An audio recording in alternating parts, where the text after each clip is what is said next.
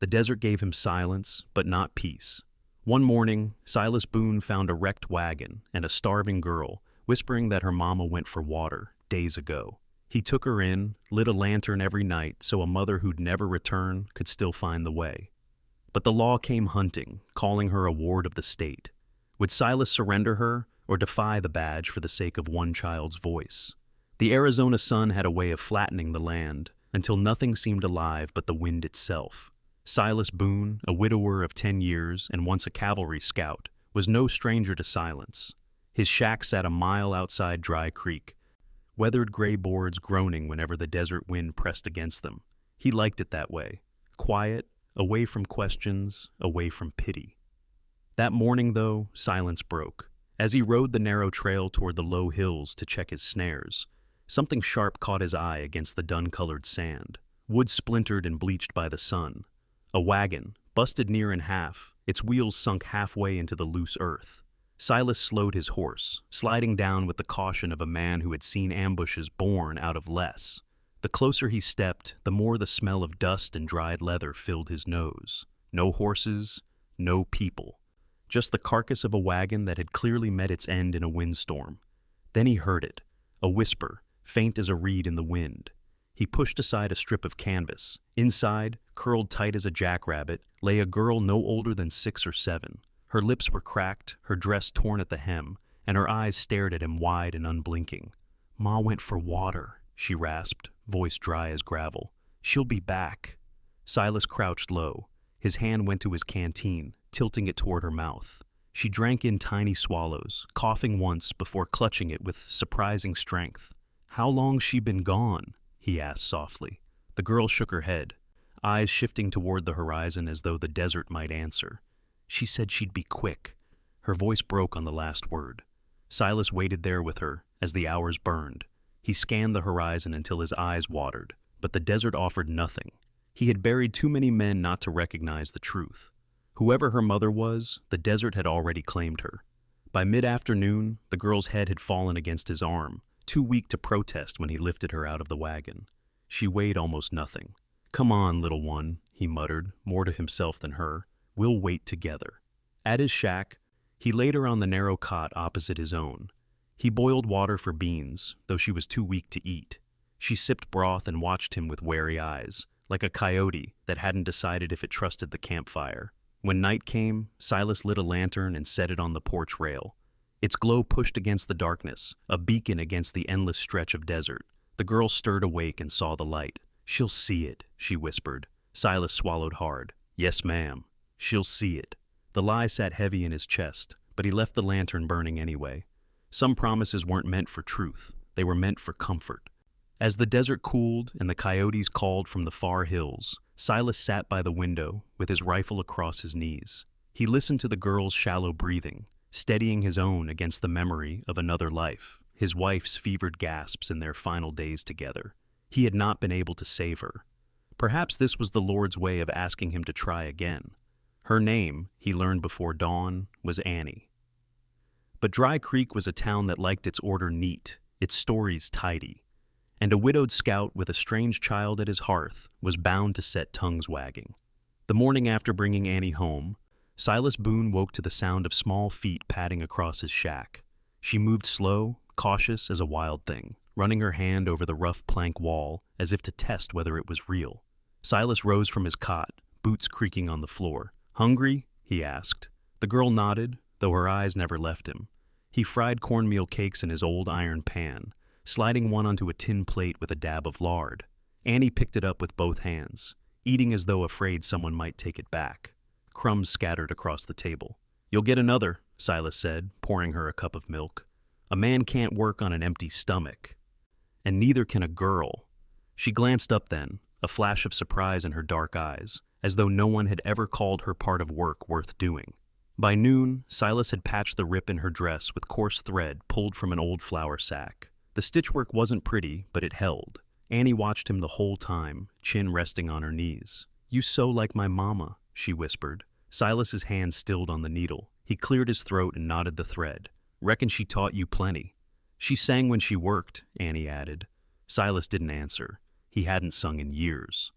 That afternoon, He walked her through the small yard behind the shack. The chickens scattered at their approach. He showed her how to scatter grain from her palm, and she laughed when the birds rushed in, pecking at her skirt. Later, she carried a bucket of water from the well, staggering under its weight until Silas steadied her arm. "Don't spill it all," he said gently. "Every drop counts." By the time they sat on the porch, the sun slanting low across the desert, Annie had learned the calf's name, Old Molly, and christened a runt chick Button. When the calf sneezed, she giggled so loud the sound startled even Silas. He realized he hadn't heard laughter in that shack since before his wife's fever carried her away.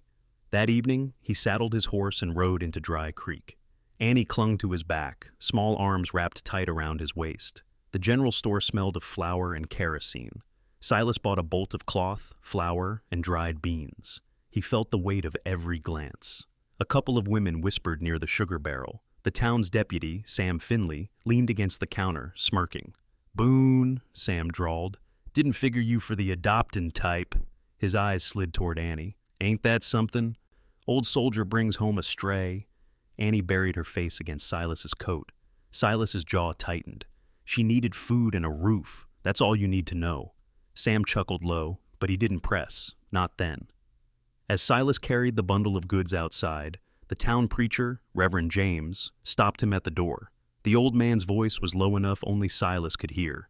"You're doing the Lord's work, Boone," he said, slipping a folded wool blanket into Silas's arms. "Children need more than bread. They need belonging." Silas nodded once. "Thank you." That night, Annie cried out in her sleep.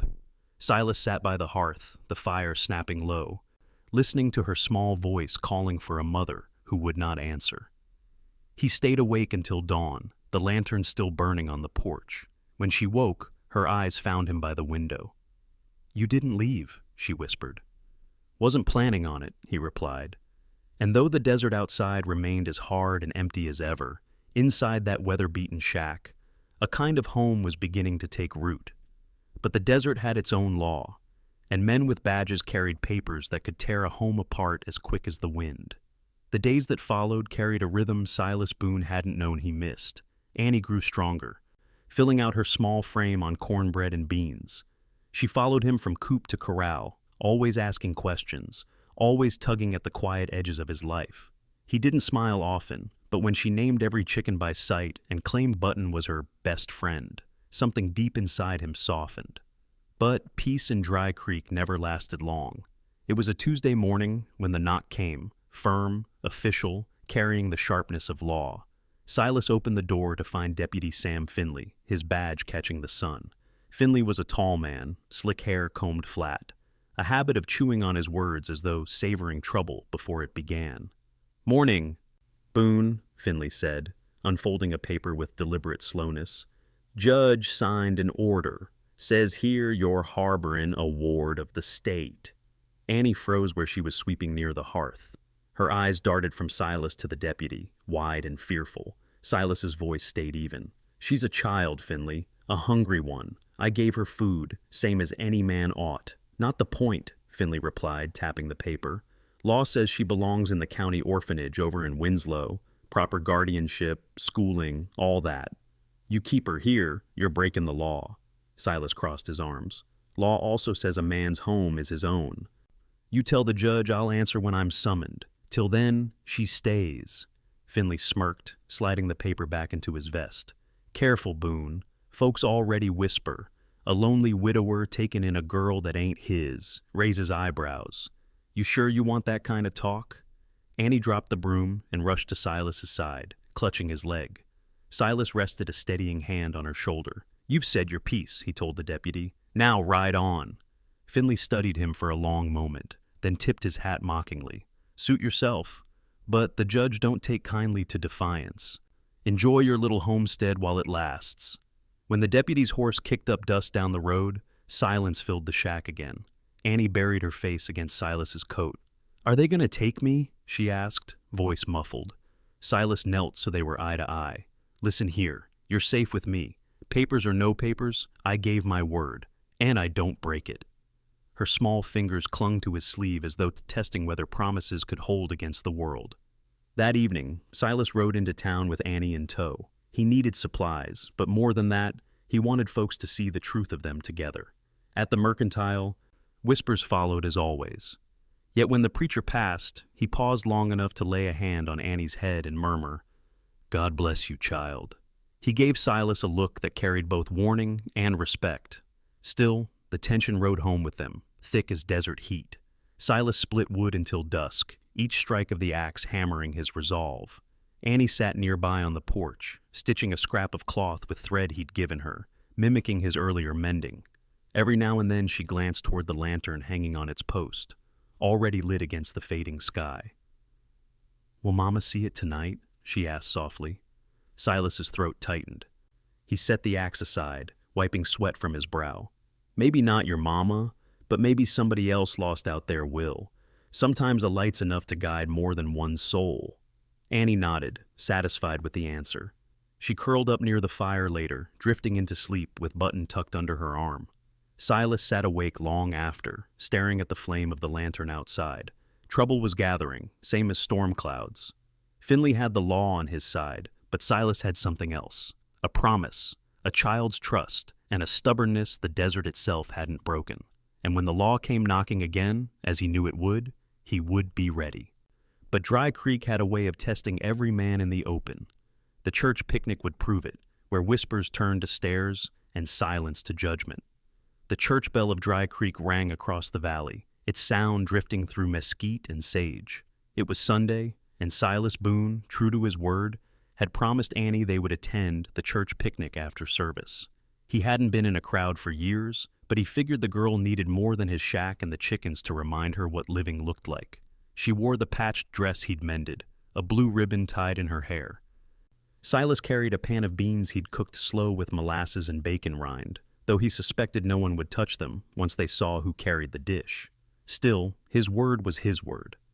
The meadow near the creek was lively, with blankets spread wide, children darting between horses and wagons. Women carried pies, men smoked pipes and argued about cattle prices. The moment Silas and Annie stepped into view, conversations slowed. Heads turned. Annie pressed closer to him, her small hand finding his. He gave it a squeeze, steady as bedrock. They settled near the edge of the gathering. Silas set the beans on a table already heavy with food. A woman gave him a tight nod but pulled her dish closer to the other side. Annie, curious, wandered toward a group of children. She smiled shyly, holding Button the chick in her palms. A boy a head taller than her snorted. "That ain't no real pet," he said, shoving at her shoulder. Annie stumbled, but she didn't fall. She shoved back, fierce and quick. The boy yelped, startled more than hurt, and others laughed. Annie's chin lifted, defiant. Silas watched from a distance, his jaw tight, but he didn't move. She needed to stand on her own feet, and by the look of her, she had. Reverend James had seen it too. He cleared his throat and called for everyone's attention. The preacher was not a loud man, but his words carried. "Neighbors," he said, "I know some of you question what you see, but I tell you plain, this child is watched over, not by strangers in Winslow, not by chance, but by a man who keeps his word." Murmurs swept through the crowd. Some nodded, others turned away. Silas stayed seated on the edge, Annie climbing into his lap as though the whole meadow had suddenly shrunk around them. The preacher's words did not silence judgment, but they planted a seed. For the first time since bringing Annie home, Silas felt the faintest shift in the air. Not acceptance, not yet, but something short of condemnation. They ate in relative quiet. Annie tried a slice of apple pie someone left unattended and smeared her face with juice. Silas wiped her mouth with his kerchief, pretending not to notice the smirks from a cluster of townsfolk. When the hymn singing started, Silas kept his baritone low, joining only when Annie tugged his sleeve and whispered, "Sing like Mama used to." He cleared his throat, voice rough at first, but steady enough to match hers when she hummed along. For a moment, it was only the two of them against the valley wind. But whispers traveled faster than hymns. By evening, word of Annie and Silas sitting together at the picnic had reached the county judge. As the wagon rolled home beneath a bruised sky, Silas felt the weight of what was coming. Trouble never rode alone in Arizona. It came with papers, with badges, and with men like Finley eager to twist both. Annie leaned against his arm, already half asleep. "That pie was good," she murmured. Silas smiled faintly into the dusk. "We'll make our own someday." The road stretched long and uncertain before them. But one thing was clear. The storm he had been dreading was almost at his door. And when Silas finally led Annie back to the wagon wreck, the desert gave up its secret, a grave marked with stones and a locket swaying in the wind. The picnic had left Silas Boone restless. The preacher's words gave him a measure of support, but whispers spread like wildfire, and he knew the judge would not ignore them. Annie seemed unaware of the storm brewing, skipping after Button and humming off-key songs as though she had always belonged on his land. But Silas carried another weight, one that grew heavier each time the girl asked, "Will Mama find us soon?" One morning, with clouds bunching along the horizon, he saddled his horse and lifted Annie up in front of him. "We're riding out," he said simply. "Where to?" she asked, clutching the horn of the saddle. "Back to where I found you." The trail stretched long, the desert wind sharp with the smell of mesquite. Annie stayed quiet, perhaps sensing that this ride was different from their usual errands.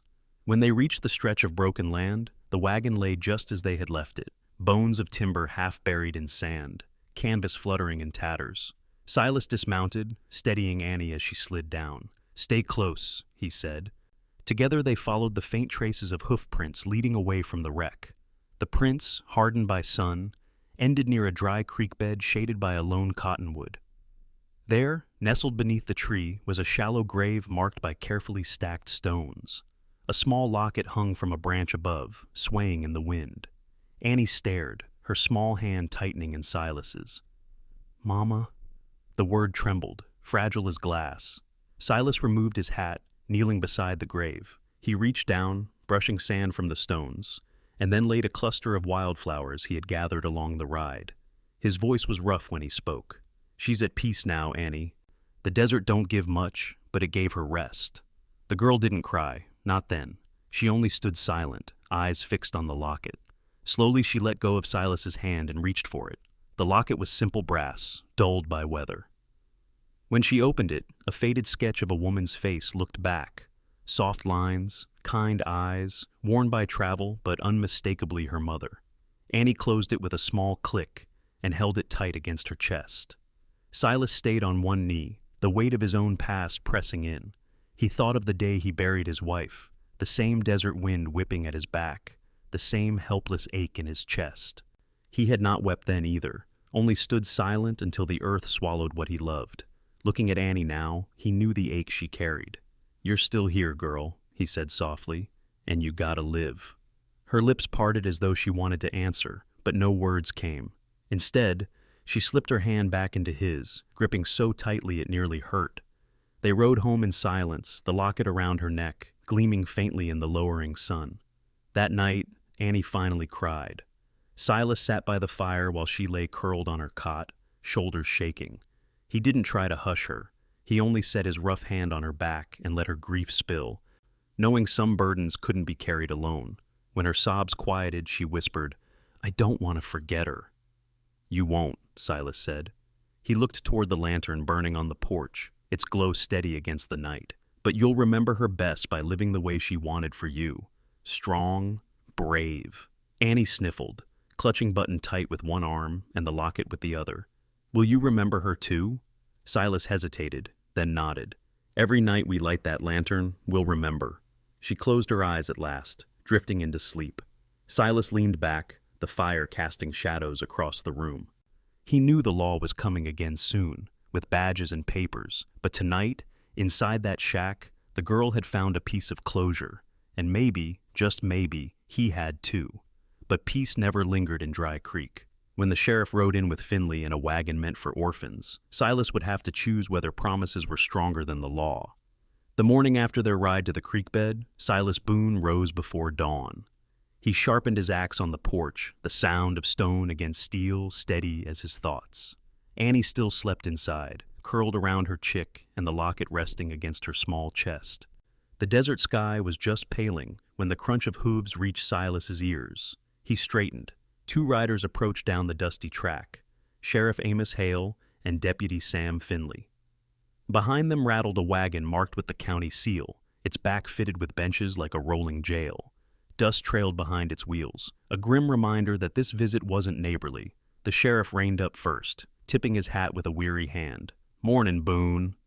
"Sheriff." Silas's voice was even, though his grip on the axe handle tightened. Finley smirked from his saddle. "We brought company.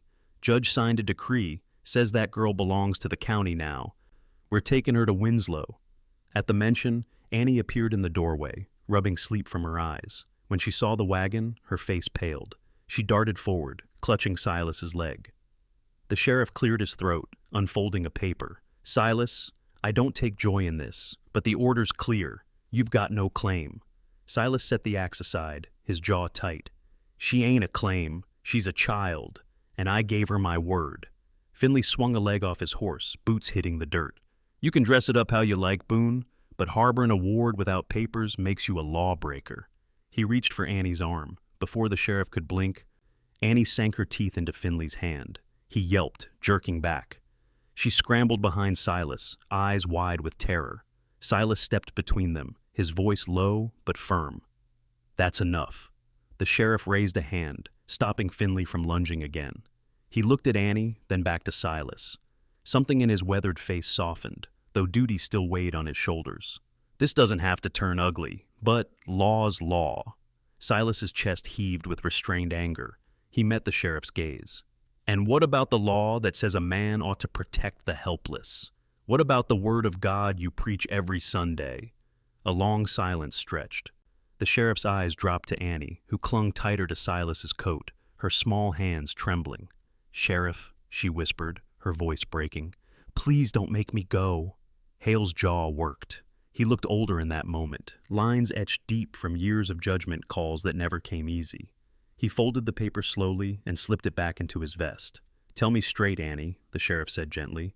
"What do you want?" Her lips trembled. She glanced at Silas, then back at the sheriff. "I want to stay." The sheriff exhaled, long and weary. He turned in the saddle toward Finley. "Stand down." "What?" Finley barked. "Sheriff, you can't just—" "I said stand down," Hale repeated, his voice like iron. Finley glared at Silas, then spat into the dust. "This ain't the end of it." He swung back into the saddle, fury written across his face. The sheriff lingered a moment longer. "Boone, you raise her right.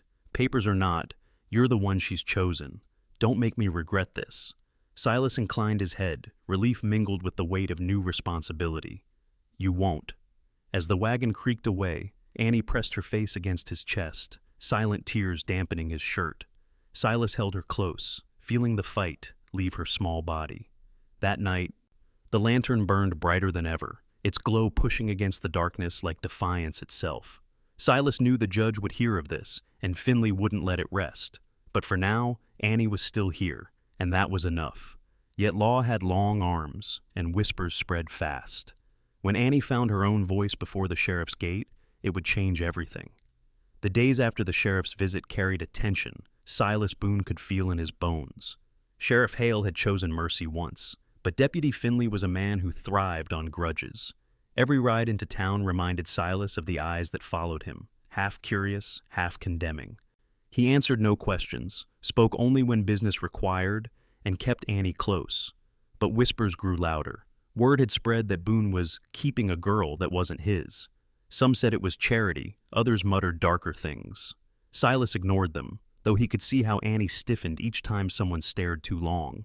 One late afternoon, the inevitable happened. A rider came hard and fast, dust trailing behind. It was the sheriff himself, jaw set grim as he pulled his horse to a stop in Silas's yard. "Boone," Hale said, swinging down. "Judge sent another decree." Finley stirred him up, saying you're hiding the girl against the law's will. I held it off as long as I could. Silas's chest tightened. "What's different now?" "The judge is demanding Annie appear in town. Says she needs to speak for herself. Won't be satisfied with my word or yours." Behind them, Annie stood on the porch, her locket glinting in the sun. She looked so small, yet her eyes had grown older these past weeks. Silas crouched to her level. "You don't have to be afraid, Annie. Just tell the truth." Her hands trembled around the locket. "What if they don't listen?" He brushed a strand of hair from her cheek. "Then we'll light that lantern every night till they do. But they need to hear you." The next morning, they rode into Dry Creek together. Townsfolk lined the street as though it were a parade. Silas dismounted first, lifting Annie down. She clung to his hand, but when the sheriff nodded toward the courthouse steps, she squared her shoulders and walked forward. Deputy Finley stood smirking at the top of the stairs, papers clutched in his hand. "Let's see what the girl has to say," he sneered. Judge Morrison, a stern man with silver hair, waited by the gate. "Child," he said, voice clipped, "do you understand why you're here?" Annie swallowed hard. "Because you think I don't belong." The judge shifted, clearly not expecting bluntness. "And where do you think you do belong?" Her small voice wavered, but it carried across the yard. "With him," she pointed to Silas. "He didn't find me, I found him. He gave me food when I was hungry, and he stayed when I was scared. I want to stay." The crowd stirred. Murmurs rippled, some sympathetic, others doubtful. Finley stepped forward quickly. "She's just a child, Judge. She don't know what's best for her." But Annie turned on him, fire sparking in her voice. "I know enough to know I'm not afraid with him. You tried to take me, and I had to bite you. That's not home. He is." The judge studied her, then lifted his eyes to Silas. What he saw there must have mattered, the steady, weather-beaten face of a man who had lost much, yet stood firm for one small girl. Finally, the judge sighed. "The law is meant to serve justice, not trample it. If the child chooses Boone, so be it." He turned to the sheriff. "Close the matter." Finley sputtered. "Judge, you can't—" "I can," Morrison cut him off. "And I have." The sheriff gave Silas a long, measured look, then tipped his hat. "She's yours now." "Raise her right." Relief washed over Silas, so sharp it left him unsteady. Annie ran back to him, arms tight around his waist. For the first time, she wasn't clinging from fear, but from triumph. That night, the lantern on the porch burned brighter than ever, not as a call to the lost, but as a signal that a home had been claimed, and chosen. The judge's ruling had given Annie her place with Silas Boone, but both of them knew that words spoken at a gate weren't the same as ink on paper. To quiet doubts and keep Finley from stirring fresh trouble, Silas rode Annie north to Winslow, where the county clerk kept records. The office was a cramped building tucked between a blacksmith shop and a dry goods store. A thin clerk in spectacles glanced up from a ledger as Silas entered, Annie holding tight to his hand. "Guardianship papers," Silas said simply, laying the judge's decree on the desk. The clerk read it, nodding once before pulling fresh parchment from a drawer. "Sign here, both of you." Annie's hand shook as she scrawled her name in awkward letters. Silas followed with his bold, careful script. When the clerk stamped the paper with a heavy seal, a strange quiet filled the room, as though something larger than law had settled between them. "She's yours now," the clerk said, sliding the document across. "No one can dispute it." On the ride home, Annie carried the folded paper in her pocket like a treasure, her chin lifted higher than Silas had ever seen. "Does this mean no one can take me?" Silas glanced at her, the corner of his mouth turning up. "That's exactly what it means." Back in Dry Creek, they set about making the shack into more of a home. Annie painted a small wooden heart Silas carved, scrawling the letters S+A before they hung it above the door. Townsfolk began to soften. The butcher slipped Annie a peppermint when Silas wasn't looking. The schoolteacher offered to start her on her letters, insisting the girl had sharp eyes and a quicker mind than most. Even the women at the mercantile, who once whispered behind their hands, now nodded politely when Annie skipped inside with a basket on her arm. A few still muttered, but Silas noticed they did so quieter now. One evening, as twilight settled over the valley, Annie tugged at his sleeve. "Pa, can we light the lantern?" The word caught him. Pa. She said it as if it had always been his name. Silas didn't answer right away, only reached for the matches. Together they set the lantern on the porch rail. Its flame cutting through the dark. "Why do we still light it?" she asked. "Mama's gone." Silas looked toward the wide desert, stars flickering to life. "Because someone out there might still be lost. Maybe not your mama, but another soul. Sometimes a light's enough to guide folks home." Annie leaned against him, thoughtful. "Then we'll keep it burning." Inside, Button the chick had grown into a half-feathered pullet, noisy and awkward, but Annie still cradled it like a friend. She laughed easier now, filling the shack with a sound that seemed to push back the years of silence. Silas found himself smiling more, too, though he never spoke of it. When neighbors stopped by, once unthinkable, he even let them linger. The preacher came by with a bundle of hymn books. The blacksmith offered a spare horseshoe for luck, and Silas accepted both without protest. Still, Every night the lantern burned, not just for memory, but as a promise. It reminded Silas of the vow he had made the day he found her in that wagon. And it reminded Annie that though she had lost one home, she had found another. The desert wind carried its low song across the plains, rattling the boards of the old shack. But inside there was warmth, not enough to erase grief, but enough to teach both of them that grief and hope could live side by side. And though Silas had spent years walking alone, he knew now that his days of solitude were over. Yet even as life settled into rhythm, the desert still tested its people. When Annie finally called him Pa in full daylight, Silas realized the lantern's light was no longer just for the past. It was for the future they were building together. Seasons turned slowly in Dry Creek. The desert did not change much on the surface, but life within Silas Boone's weather-beaten shack shifted in ways he never could have predicted. Annie grew stronger with each passing week. Her cheeks filled with color, her steps carried more spring. She learned to read simple words by the fire, practiced roping the fence posts with an old lariat, and helped plant squash in the thin soil beside the cabin. Neighbors who once whispered began to nod in greeting. The schoolteacher praised Annie's sharpness, telling Silas quietly that she had a gift for numbers. The butcher still slipped her peppermints when she ran errands. Though prejudice had not vanished completely, the town slowly adjusted. The story of the orphan girl and the scout becoming less a curiosity and more a fact of Dry Creek.